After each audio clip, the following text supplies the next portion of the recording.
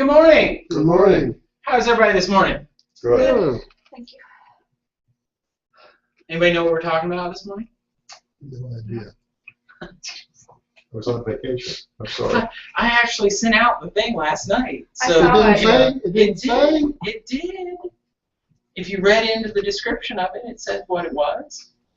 I'm a skimmer. So. You're a skimmer. The Most of us beginning, are, o'clock. right? Okay, there. All right. We are today going to shift focus from what we've been talking about. Here's a question you can answer. What have we been talking about?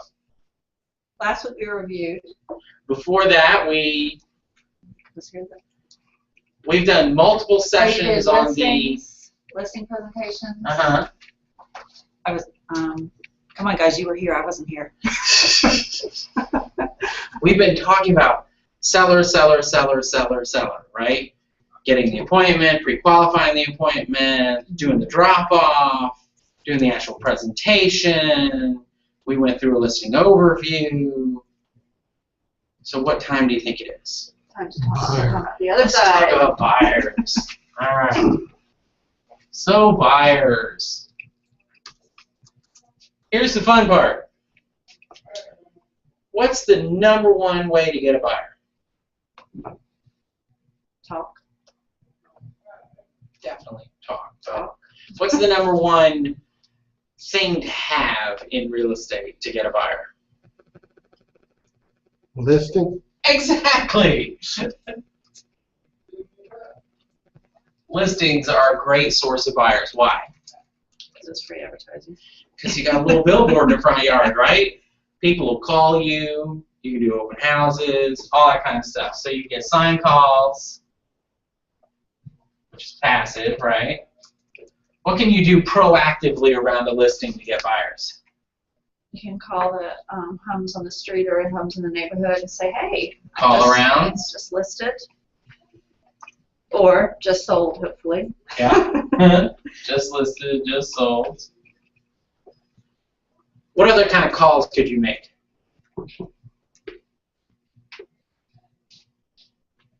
Especially if you're focused on trying to get a buyer. Never mind. I was doing the seller, sorry. Who's going to buy this place? Yeah, you can ask them about, do you know anyone that's interested in moving to the neighborhood? Okay, and that's doing the call arounds, Yeah. right? But is there another location other than that neighborhood that you could call to try and pull out a buyer? I'll give you a hint. We do it with outgoing referrals. We call complexes, apartment complexes in other areas, right? So you're going to call potential buyers.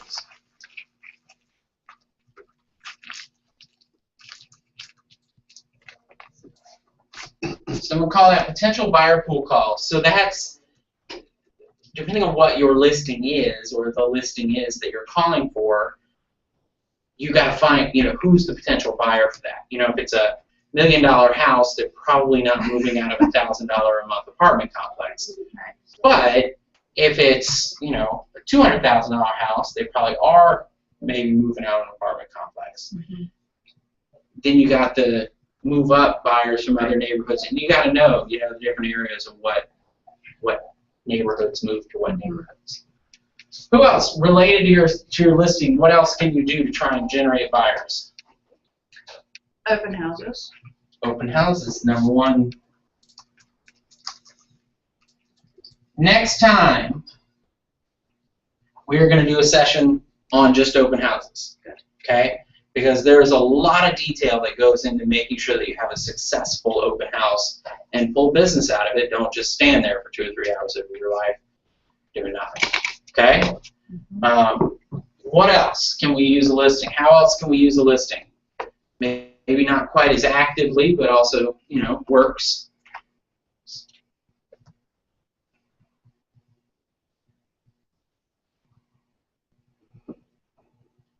JP, you do a lot of it. You're asleep this morning, man.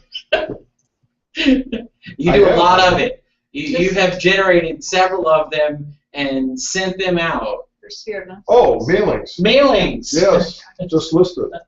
We Just do listed postcards. and just sold cards too. Okay? Not as effective as the phone calls, but here's the thing. If we send the postcards and then follow it with phone calls, is that more effective than just doing one or the other by themselves? Absolutely. So you got to put more effort into it to get more results. All right, anything else we can think of that we can get business out of a listing with for buyers? Buying the house of the person who's selling there. How about the seller, right? We should definitely be engaged with that seller to find out where are they going, what's going on. That's part of the process. All right, I think that's relatively exhaustive. What's the next source for buyers, prospecting buyers? Same source as prospecting listings. For you as an individual, it's all the people in your sphere of influence, right? Yes. What should you do with your sphere of influence to get buyers out of them? Ask them for their help Ask and for help. for their referrals of people that they know may be interested in moving. Absolutely. That's the number one thing you got to do. You've got to ask for help. You got to ask them, who do they know? You got to ask them, you know, if you were going to buy something, what would it be? What would make you buy right now? Get to know what their situation is a little bit deeper so that as things happen or things change, you know, some people are sitting out there waiting to buy because they're waiting for the right property. Some people are sitting out there waiting to buy because they're waiting for some life event. Mm-hmm. So if you pay attention to those and you know what those triggers are, then you can ask. Yeah. And you can get that information. You can get that and be there to talk to them about it when they're ready. What else can we use for our sphere? How else can we get them?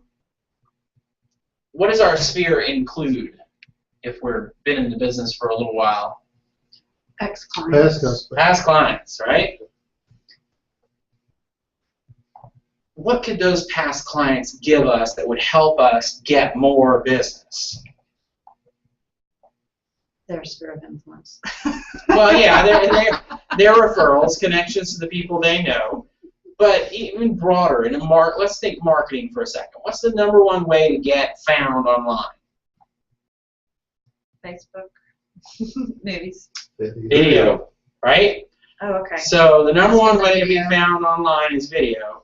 So if you want to use video to be found, what's a way that you could do it that's not just you standing up here talking?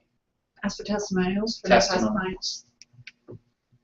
Video testimonials specifically.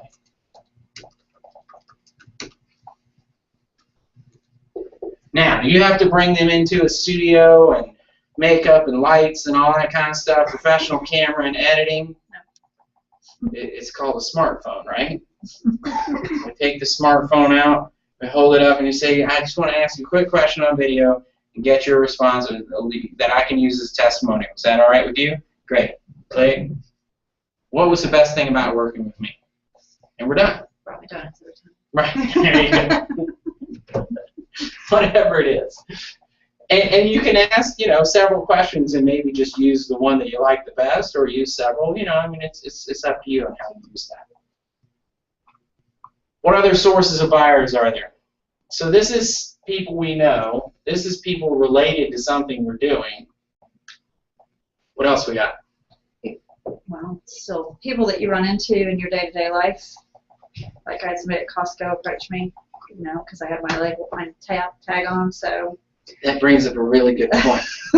This right here is probably one of the most powerful prospecting tools for buyers in particular that's out there. Because no matter where you go, you got a little billboard on your chest that says, ask me about real estate, right? So the name tag is another one.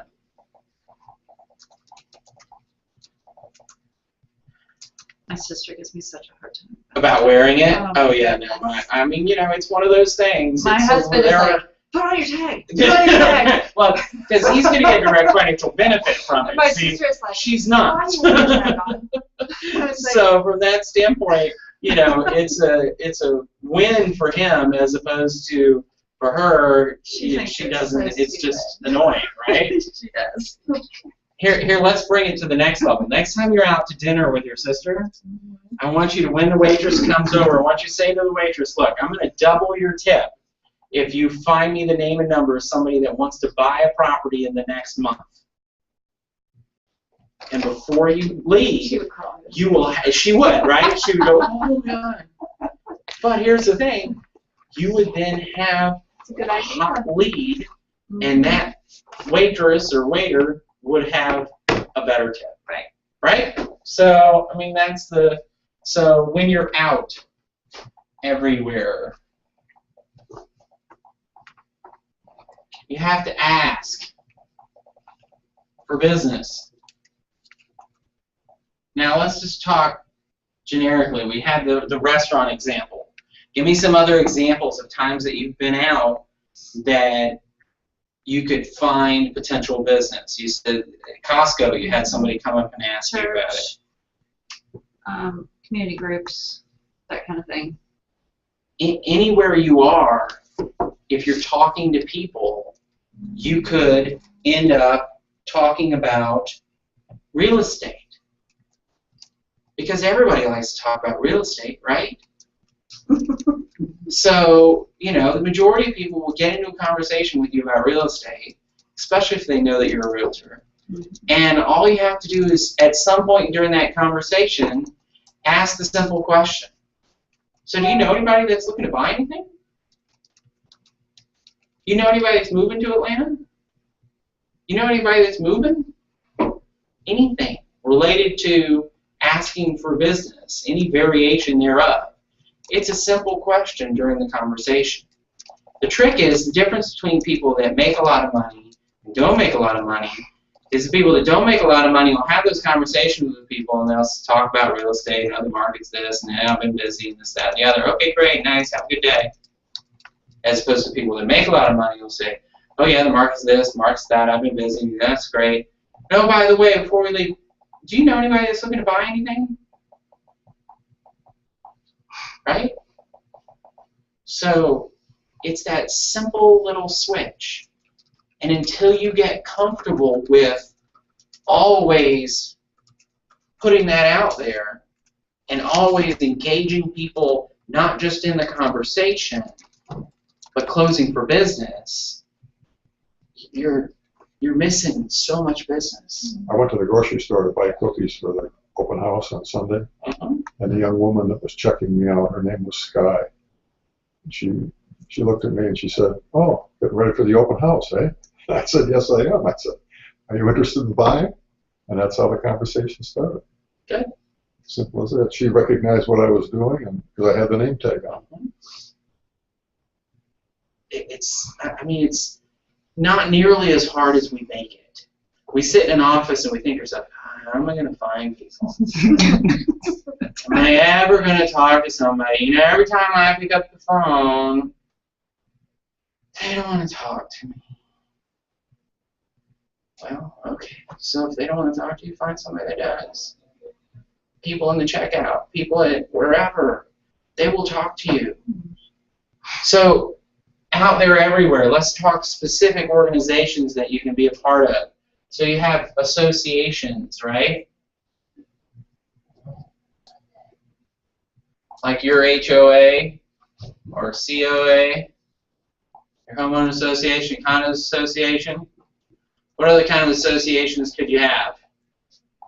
Religious. Religious would be very, very nicely stated. That's nice and broad. I can spell it You that said way. HOA, right? Is it HOA? What about, on the topics that we aren't supposed to talk about, there's religion, politics, so there's political associations you can talk to. How do you talk to them, Brett? I mean, do you just go? I mean, if you're not a member, you just walk in and say, "Hi, I'm Angela. Can you give me some real estate business?" I mean, mean, that's it. You could. My suggestion is to maybe be a little bit more, involved in what's going on. Okay, go to a few meetings first. Like Maybe. like I wouldn't show up at the church down the street and walk in having never been there before and say, "Oh, hi, my name's Brett Duffy. I'm here to sell some real estate. Who wants to buy in?" I mean, the guy at the front would probably look at me like, get out. What are you doing here? But if I wanted to join that particular church, I could go in and join the church, or start to meet people, start to interact with the group and the organization. And anytime you're new somewhere, what's the first thing somebody asks you? What do you do? What do you What do you do for a living? I help people fulfill their dreams. Oh, what do you mean? Oh, I help people buy houses. I help people sell houses. Oh, that's cool. It gets you in the conversation right away. Okay? Now, a lot of these are cheese fest lines. I get that. But the reality is that they work. They get a conversation going. They'll get the conversation started. If you can get somebody to look at you and kind of smile and kind of get that little, oh yeah, that was a good one. Because they know that you're like totally just laying it on just to kind of see. Mm-hmm. It's fine. It's good. It moves you in the positive direction. Okay? What other associations could you join? Now, here's the trick.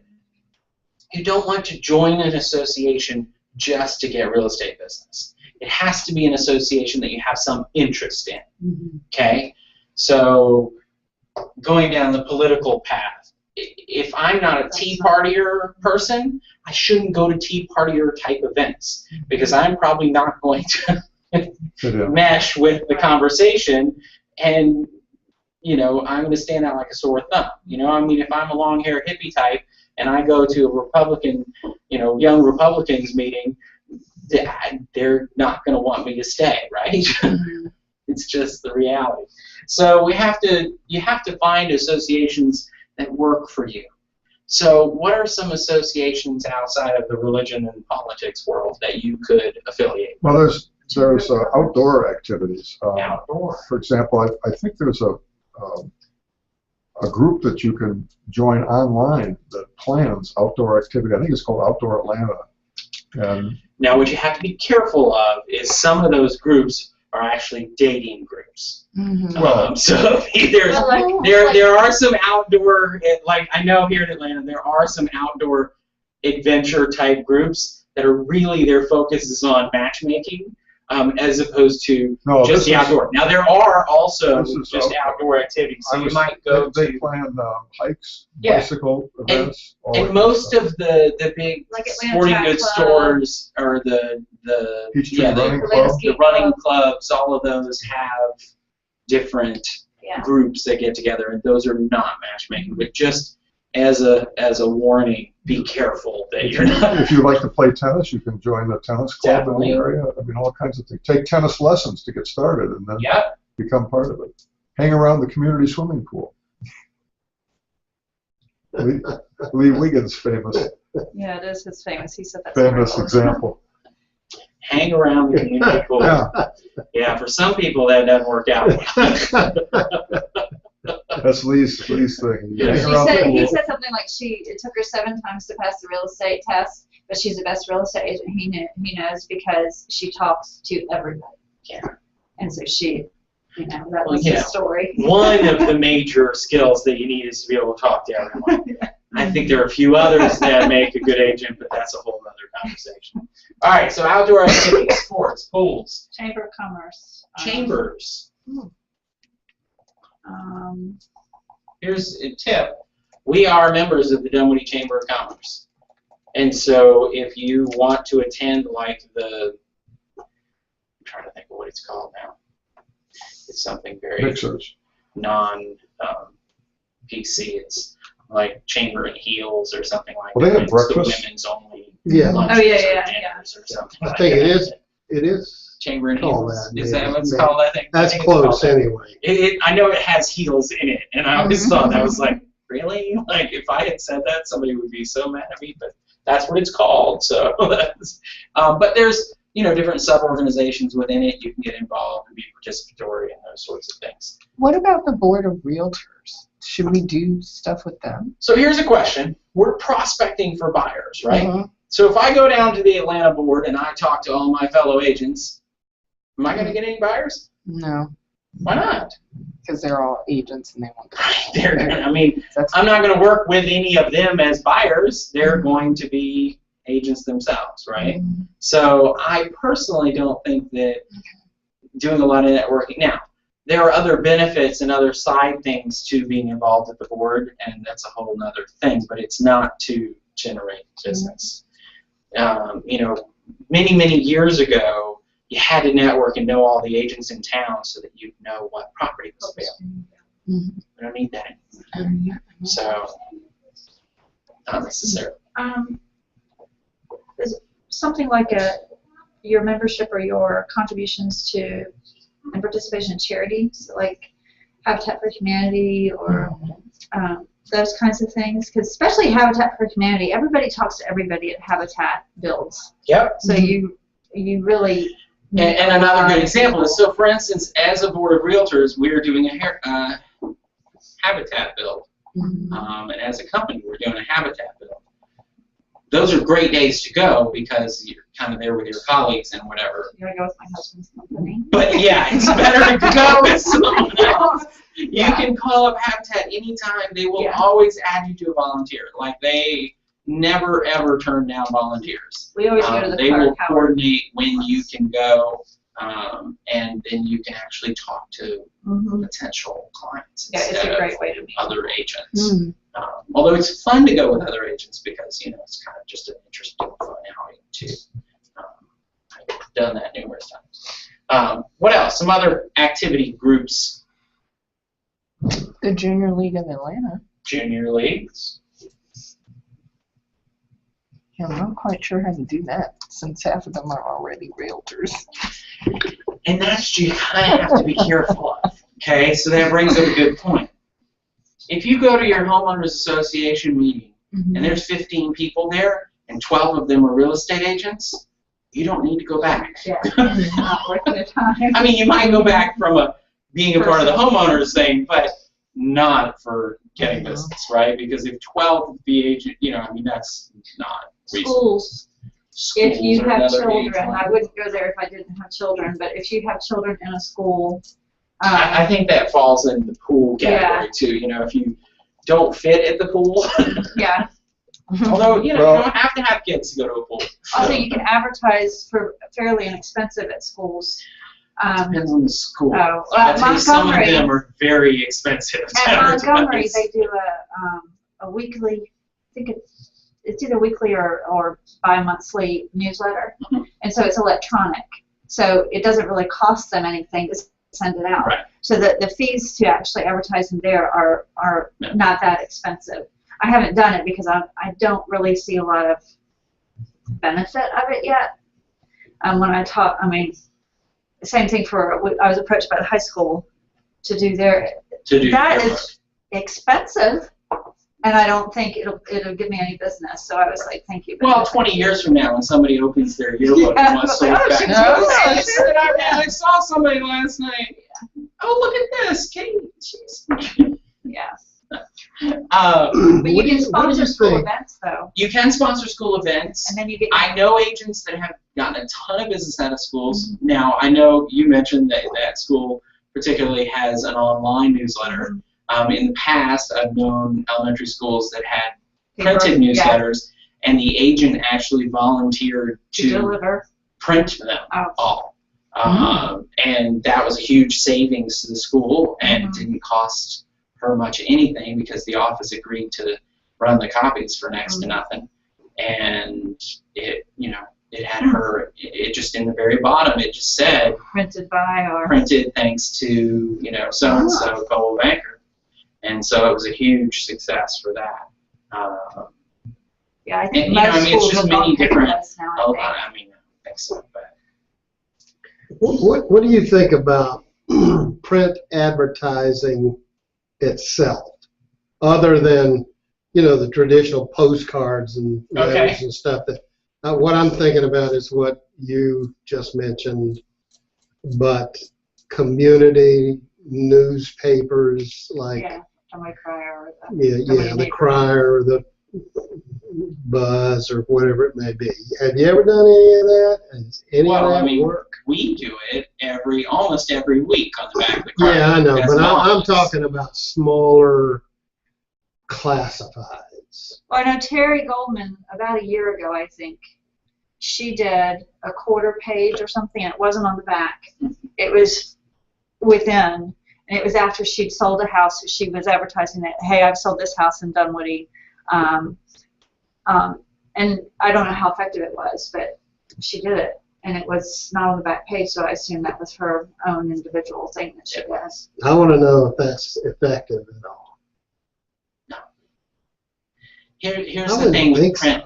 With print advertising, the reason that we do it on the back of the crier is because one, the crier is unique in print, newspapers in particular, is that the majority of people in our community read the crier on a regular basis. I mean, at least 3 out of 4 weeks of the month, they read the crier. The other thing is we're on the back full So they don't page. have to open it. So if it flips open or it, whatever, high visibility. And so because we're consistently there 3 out of 4 weeks of the month, we have that visibility and would continue to do that. Would I do that on the inside? Probably not. Do you know anybody who does such a thing and gets any business out of it? I know many people that do it, and if you look in the crier, for instance, and you read from front to back, there are a number of, probably a good third of the ads are agents. And there are a number of people that do it. I think it has to be part of a larger program for it to have any impact whatsoever.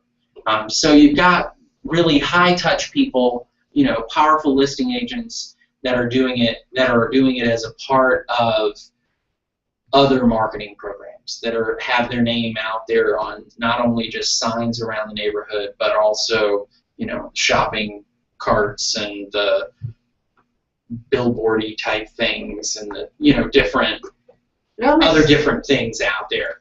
They're doing a lot of direct mail, and so it's one more piece where if somebody's going through that newspaper, they see it, there's name recognition to it as opposed to just a one-up type It thing. almost seems like the people that do that, like Carol Short did one for a few weeks running on the front page at the bottom, that banner at the Still bottom. does, yeah. Does she?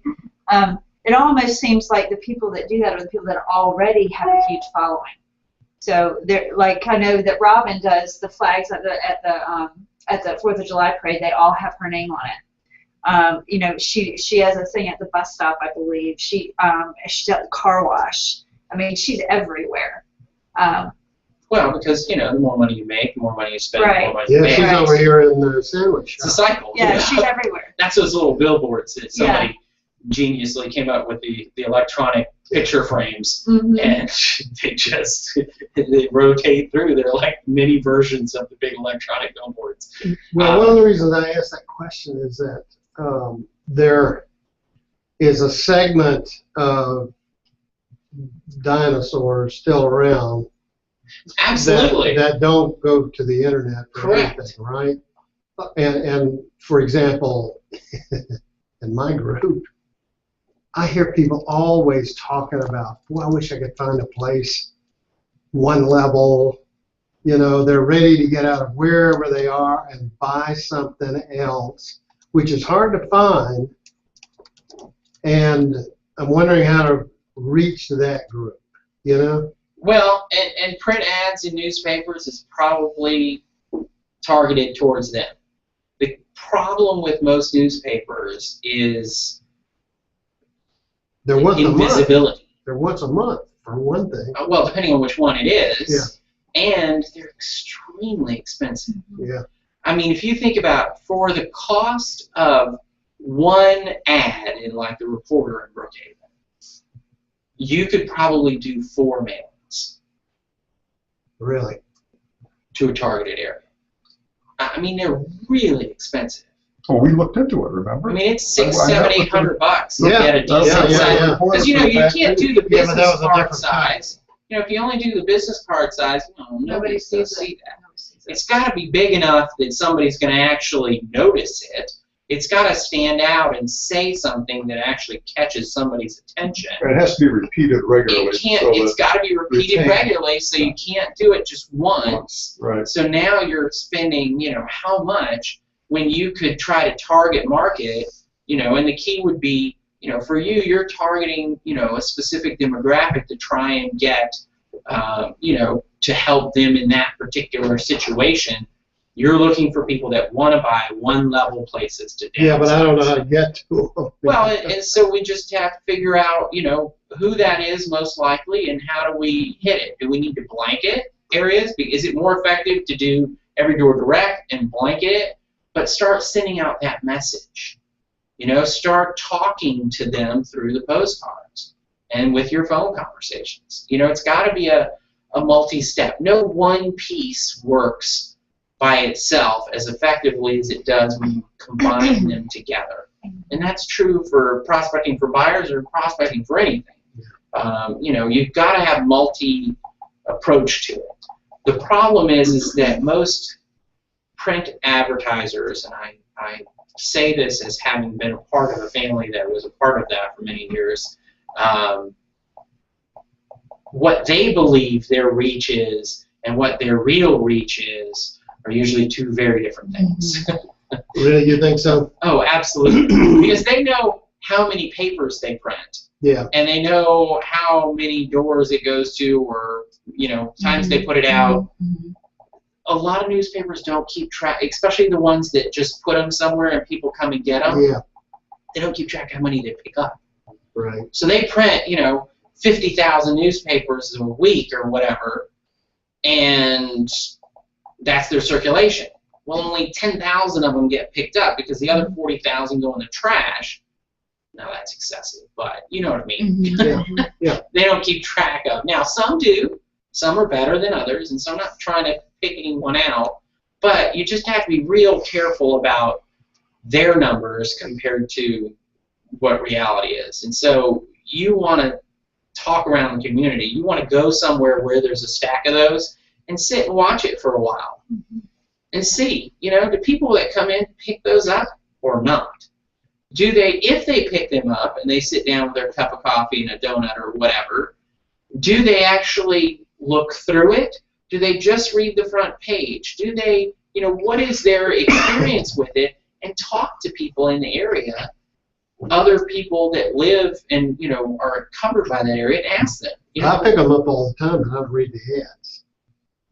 See, that's it's kind of like we're so, as a culture, and particularly in the U.S., we're so inundated with advertising that we are somewhat immune to it. It's kind of one of those things that we just don't even notice necessarily that there's advertising. I mean, the last movie you watched, did you notice all the product placement? Mm-hmm. Then you were paying attention more than most. Because most people don't even think about it. Most people, it doesn't, oh, that was a Coke. Yeah, that was very specifically a Coke. Did you see how well it was, the label wasn't covered by their finger, it was, so I think I'm thirsty, it's very specific in the way that all that product placement is done. And, we just kind of ignore it most of the time. Not at least consciously. One of the things that I don't think she does the same over at Sunshine Car Wash a year or so ago, there was a real estate agent, and I don't know who it was. This is before I was a real estate agent, so I didn't pay attention. But they were selling mountain properties, and on the wall, when you walk in straight ahead, there were 6 or 7 of those clear things on the wall that you put, and there were copies of 6 or 7 of listings. Each one was a separate listing. And I don't know if that person, he or she, ever got any sales out of that, but it was one of the things when I went in, that's the first thing I went to do, was to look at what she had on the wall or he had on the wall. So, I mean, that's... It's getting yourself in front of people. It's like those little electronic billboards. They're great because while you're standing there at the cash register and it blinks through, you can't help but kind of look at it. It's the same thing with postcards. You know, the reason we send postcards instead of stuff in envelopes is because even if you're throwing it away, you have to at least look at it enough to see what it was. You know, I mean, I got 2 of them stuck together in my mailbox the other day, and I know that because I looked at one side and I thought, oh, okay, and I flipped it over and it was some totally random different message, and I thought, wait, those don't go together. I realized that there were 2 of them stuck together perfectly.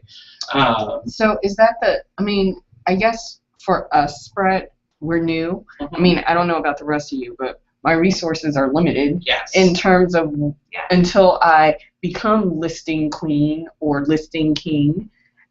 So the top 3 things besides calling up your friends and saying, hey, help me. I mean, but let's look on here as to what things cost money, okay? So print ads definitely cost money, like in the $3 sign range, right? Yep. Sign calls, does that cost you any money? no. No.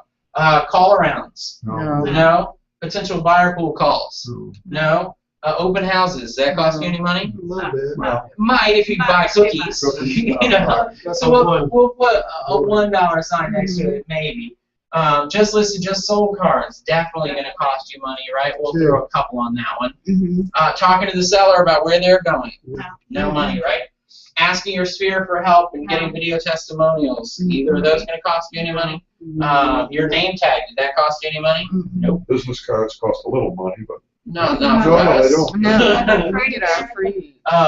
Out everywhere and asking for business, is that going to cost you any money? No. The associations that you're going to belong to. Membership. Memberships, right? Yeah. Some of them have membership fees. One. It's a 1 to probably maybe even a 3 actually. There are some groups that are significantly more expensive to be a part of. But again, here's the thing. Your homeowners association, you're a member of that and you pay to be a member of that because you're a homeowner in the association. You would have paid it anyway. Not specifically just to do real estate. But since you already pay for it, let's take advantage of it. It's free. Let's see if we get any business out of it, right? You know, all these other things, you know, outdoor activities. Depending on what they are, you know, I mean, if you join an Alta tennis league, it's going to cost you money. If you join a golf league, it's going to cost you money. But hopefully you enjoy playing golf, and paying to go play golf is just a part of what you would maybe have done anyway. But this spurs you into doing it, and you look at it as a business opportunity. I'm thinking of it. I've been thinking about this for a year, and Gil thinks it's so tacky, but I'm going to tell you anyway. I'll probably like it then. I do a lot of walking in the neighborhood, and one Absolutely. of my goals that I set for myself 2 weeks ago is anybody that I see in the yard, I'm going to stop and talk to. Did you say stalk? Stop. I could do that too. I just think it was a little Freudian So slip there. I did stop and talk to this one lady because we'd actually looked at her house 18 years ago, and we were talking. And I left, and I was like, you know what? I need a shirt. Yes. Because I walk probably 10 miles a day. I walk. So I need a shirt that says, I sell real estate.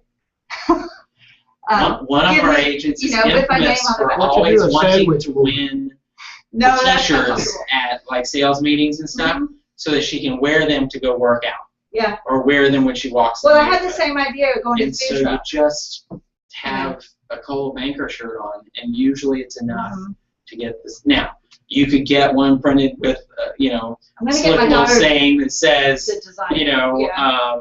Ask me today for a great deal in real estate, or whatever, you know, Yeah. some kind of cheese line. But again, why are the cheesy lines so prevalent in our society? Because They they're work. funny. Because they work, because they get somebody's attention and it works. You know, worst case scenarios, you say something cheesy to somebody and they look at you and they go, you're an idiot. Okay, that's going to happen maybe 1 in 1,000 times, depending on what part of town you're in, what part of the country you're in. Anyway, There's one couple of things we've overlooked for this. I'm not exactly sure how effective they are, but the patch and next door. so that's print ads. Then we've got online ads, right? Yeah. But the patch is not so much online advertising as it is blogging. I've seen real estate agents on the patch for our area, like Brookhaven Patch, that have a routine blog that they put up on the patch. Absolutely. Next door is more narrower and a smaller area. It's like, you know, in your little enclave or whatever it is. But they don't have a place for blogging and things like that, but they do have classifieds. And generally it's, hey, I'm trying to get rid of my snowblower, you know, something like that, whatever. I'm selling, you know, I'm selling. In fact, yesterday I saw someone that said, does anybody have a recycling bin, one of those tall ones? And sure enough, presto, yeah, I'll put it outside the front door. So there's places to get leads on that. There is, and all of those online things. So the online ads are obviously going to cost you money, and they're expensive too. The patch, for instance, is an example. Now, I will tell you, because I have firsthand knowledge of the patch here in the metro, if you notice, if you subscribe to more than one patch at this point, I subscribe to Dunwoody and also the North Decatur one, they're almost identical now. Whereas before, they used to be much more locally targeted. Now, if you only see one of them, it feels relatively locally targeted, but it's not. They fired their individual editors for most of them and combined them all into like one group or whatever and cut down and Aren't they run out of the Philippines or somewhere like that? Yeah, I mean, it's not. It's you know, it's a monster corporation. It's a national project. Oh, isn't it AOL? It's AOL. It was designed to be very neighborhood specific, and I can tell you, for a while, it really was. I mean, it was hyper local in its news stories and things, and the lead stories in each email wasn't just I mean, these days every patch I see is the lead story is just a compilation of here are the top stories for today. Well, where's the top story? Like, that's what I want to read. You know, what's the number one thing that happened in Dunwoody that I want to read about? Those are gone. And so they still will let you do a lot of blogging and stuff on there and do that, and you can get all kinds of followers and get, you know, work off of that. And that's true just in general of blogs in general. When they were ramping up to become a city, the Brookhaven patch was just a fire with everything from position taking or whatever it was to character assassination. Oh, yeah.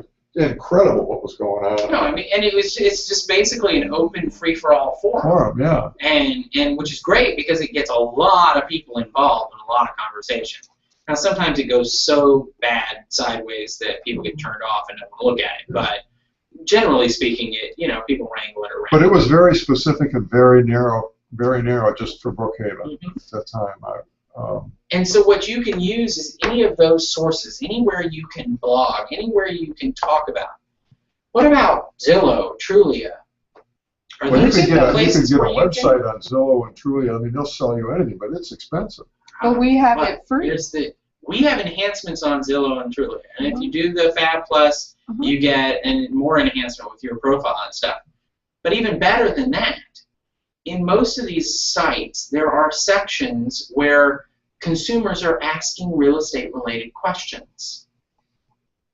So you can go in and answer their questions. Is that true on all of Zillow and Trulia? I think both of those do. I mean, I haven't looked down a little bit. Trulia, I mean, I heavily got involved with Trulia, and it's an absolute disaster. The phone numbers don't match up. The email addresses don't go anywhere. You contact people, and they say, well, I was just, it was 2 o'clock in the morning, and I didn't have anything to do, so I started looking at a house. It just is a disaster. And when you go to the discussion boards about it, all of the agents all over the United States are saying the same thing. I've been doing this for 2 months with Trulia. I haven't gotten one decent. Well, I will tell you that it's not. Don't kill me, Brett, but I don't think it's not much different, really, than eAgent. 90% of what you get through eAgent are people that are fishing for information. Yeah. They're not really. I mean, I was one of those people. Before I had my license, I loved looking at real estate, and I would see one that was interesting, and I would put my information in just because I had a question, not because I had any intention of ever buying.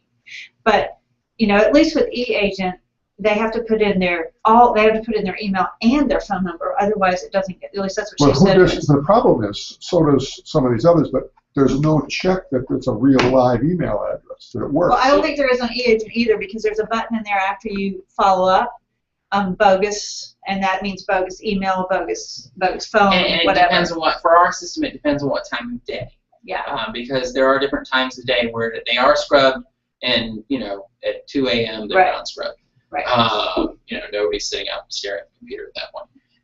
Let's talk generically about lead generation off of websites, Good. because this is a really good topic. We're not talking about using things like the patch to blog and that sort of stuff. We're talking true lead generation. So truly a Zillow, Yahoo, whoever calls you up and says, I've got a deal for you. Right now, we're looking for an exclusive agent, and you're an active agent in Pittsburgh, right? I get that call all the time. I don't know why, but for some reason, I, as a real estate agent, am tied to the Pittsburgh market. Now, I have never lived in Pittsburgh. I have never, ever sold real estate in Pittsburgh. I have never really had much of anything to do with Pittsburgh other than driving through it. I know some people up there, but I no connection. But for some reason, I'm on some list somewhere that they call me and want to sell me leads in Pittsburgh. Great. Have you really looked? Because my favorite is when their line is, I was looking at your website, and I'd like to talk to you about doing some leads and being our specific agent in Pittsburgh. And I say to them, have you really looked at my website? Because I'm in Dunwoody. Not anywhere near Pittsburgh. So either you have the wrong Brett Duffy, but as far as I know, the only other Brett Duffy in real estate is in California. So also not Pittsburgh. But it just amazes me. Think about it. Two guys in a computer in their garage get together, put together a website that's the next big real estate purchase, or find your luxury home, or real estate deals of the century.com. Forgive me if any of those are real websites, but I'm making stuff up.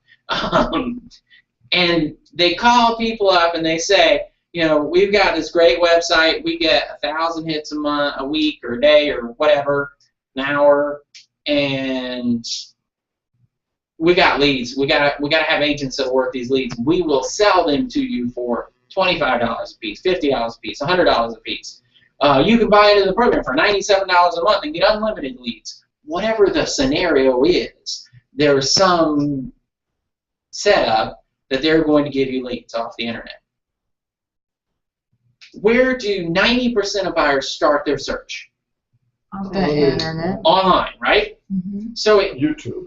kind of feels like there's a valid connection there, right? If I'm dealing with a lead generation website, and 90% of buyers start online, then I should be getting, those should be buyers, right? Well, except for the fact that nobody's, I don't know about you, but I've never heard of the next great realestatedeal.com or whatever. Most of these websites that call you, you've never heard of. So that brings us to the ones that you have, like Trulia and Zillow and our own and all the other big name ones. The issue with web leads, or since we call them e-leads, is it's needle in a haystack. You have to sift through the ones that aren't ready. Think about the cycle of a buyer. A buyer starts to think about, I think one day I would like to buy property in Hawaii. I would love to one day buy property in Maui. That's one of my things. So occasionally, you will find me looking at property in Maui through different big websites that I can find real estate through. Now, I'm not at the point where I would ever request more information or put my contact information or anything like that. But at some point, if I see something that starts to look like I could do it, starts to look like it's as nice as I would want it for the price that I can afford, right? It's always that caveat no matter where you buy. I might request more information.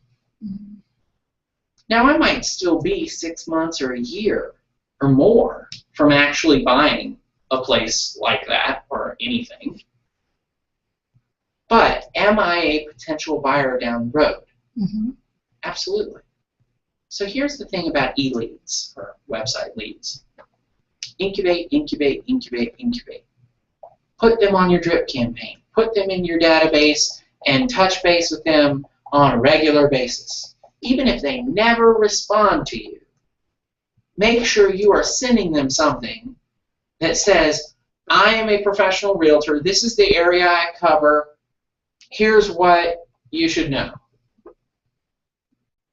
Because if you do that, when the time is right for them, and they move from just looking, kicking the tires, to starting to ask questions, if they start asking you the questions, then you got them. They're going to be your client, potentially. If you get the e-lead and you say to it, well, I'd be happy to show you that property, and they go, yeah, no, we're really not interested in seeing it. We just wanted to know, how many square feet it was, or what does it overlook a golf course, whatever, random question.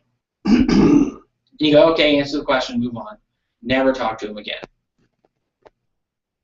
Are you ever going to sell them something? Mm-hmm. No. Remember the segment that we did on databases and how important it is to grow your database, and how there's really two databases. There's the active, like touching base, working with, getting business from on a constant basis, versus the mass database. I mean, with today's technology, you'd have 10,000 people in your database that you're touching on a regular basis, and there's no $ next to that, because that's getting you in front of them on a regular basis. Well, there is a $. It depends on how you Time. do it. Depends on how you do it. But we have everything. We have company systems that'll do certain aspects of it. You can buy into programs like we do the home actions thing. Yep. It just depends on how you choose to do it. It's much like the associations. There are some associations that are free and some that are not. And so you got to pick the ones, you got to decide what your effort is. I will tell you the free ones will have multiple realtors in them. The ones that cost money, the number of realtors will go down. It's just the way of the world. So you got to look at these lead generation websites as different. I wouldn't necessarily pay for leads off of websites, because the chances of them being solid is not great. Although I know agents that have done it off of any of the Oulias and Zivios that have gotten business off of it. And most of the time, if you get one decent deal off of it a year, it pays for the whole year in advertising. Sorry. That's right. So, from that aspect, you just have to look at that as a business decision. Now, as you're new and your funds are limited and you don't have money to throw at the wall to see what happens and what sticks, do the stuff that doesn't have $ next to it. But I highly recommend, and that's part of the reason why we as an office do the postcard system, to try and help you make that more cost effective, because that added to the calling and stuff will help you be more effective. Think about, and we're going to talk a lot about open houses, but think about just a simple thing like an open house. Have you ever gotten an invitation to an open house at your house? Why not? If I'm holding an open house in 2 weeks, and I pull together a marketing piece and I mail it out to 150 houses in the circle around that house and invite them to pre-screen the house, this house has been on the market for a little while, whatever the situation is, I'm going to be doing an open house from 2 to 4. I would love for you as a neighbor to come between 1 and 2 to preview and get a sneak peek at the property. I know I always love to see in the neighbors' houses and see what they look like. So feel free to come by, no pressure. Just bring the card to prove that you're a neighbor, and I'll let you in at 1 o'clock. What's that do for you? And get you potential listings. Or buyers or whatever, right? I mean, Get it's them got talking. people connected with you talking about real estate, seeing you as a real estate professional. So it's little things like that. You have to use the systems, but use them in a different way so that you stand out. It's like print advertising. If you're just another generic ad on a page full of generic ads and copy, nobody sees you. But if you stand out, and people can't help but at least glance at it to see what it is, then now they're paying attention. All right, any other conversation about prospecting for buyers? Concept is simple, right? It's like any other prospecting. Talk to people, ask for business. The scripts are simple. Are you interested in buying? Do you know anybody that's interested in buying? I got an e-lead the other day, and I immediately emailed her, and she called me. She was an agent. She was an agent, or she said she was an agent. And I got off the phone. I said to Sue, I said that, but she must work for Duffy because she doesn't. She didn't know whether it was still for sale or if she was an agent and she had access to FMLS. She would have done what I did and would have known it was already in the contract. You would think, yes. So I just thought that. And you got to remember the way our website works is no matter what communication comes through, it comes through that system. Mm-hmm. So, you know, Yeah. agent thinks they're trying to just email the listing agent, and that doesn't always necessarily work because we're trying to capture that as business. While we're here, can I ask a couple of questions that are maybe related? I'm not sure. All right, how about this? And You ask them, I'll tell you if they're related. If they're not, we'll talk about But them one of later. them just had to do with what she asked. How do Duffy agents get paid? They're buyer's agents for The buyer's agents. For them, yeah. I heard it was a cafeteria plan. Is that true? For listing agent, yes. Okay, where you listings. can decide I'm going to pay this much and have access to FMLS. I'm going to pay this much and have And FMLS then- plus the forms. No. And so, What I but meant was we'll talk about that. That's not related. So Okay. go on. We'll talk All right. about that in a minute. But what's next? All right. I had an inquiry from somebody in a neighborhood that wanted to know how much their house was worth, right? So in this case, I needed to go out and to see it. Right. And I'm looking around the neighborhood for comps, if there are any listings or anything. And I found a couple. And I found this one property that there was a sign in the yard by Palmer Properties. But it's not in the system. It's not in the system. So we need to report those because those are called quiet pocket listings. Yeah, I called this guy. I finally got him to call me back Mhm. because I texted him. I said, "Your listing is not in the system," And it's in violation of our MLS policy. and he knew that. I could tell in his voice Yeah. he knew that. And he's thinking, oh no, I've gotten caught. And so hopefully he went from that standpoint and went and put it in the system. But, you know. All I right, have any one other like that, too. prospecting related questions? So you mentioned earlier postcards. Maybe I missed this somewhere. Uh-huh. The office will print postcards. Yes. Yes. Just go and talk to Christina. Yeah.